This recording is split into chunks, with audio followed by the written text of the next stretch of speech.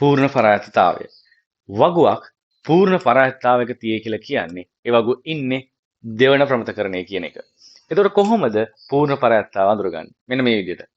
පූර්ණ පරායත්තතාවයක තියෙන වගුවක ප්‍රාථමික යතුරු ශේෂ්ත්‍රය මේ වගේ නම් SID මත යතුරු ශේෂ්ත්‍රයක් නොවන ගුණාංග සියල්ලම යැපෙනවා නම් ඒකට අපි කියනවා පූර්ණ පරායත්තතාවය කියලා. මෙතන SID කියන යතුරු ශේෂ්ත්‍රය මත යතුරු නොවන ශේෂ්ත්‍ර වන SNAME සහ department ID කියන ශේෂ්ත්‍ර දෙකම පූර්ණ ලෙස යැපෙනවා.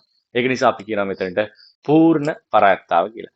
හැබැයි මේ වකුව දෙවන ප්‍රමතකරණයේ විතරක් නෙමෙයි තුන්වන ප්‍රමතකරණයේ ඉන්නේ කියලාත් අපිට තර්ක කරන්න පුළුවන්. ඒකට හේතුව තමයි මේ වගුවේ සංක්‍රාන්තික පරායත්තතාවයක් නැතිවීම. සංක්‍රාන්තික පරායත්තතාවයක් කියලා කියන්නේ මොකද්ද කියලා අපි ඊට කලින් වීඩියෝ එකේ කිව්වා. ඒකත් බලලා මේකත් බලලා තීරණය කරන්න.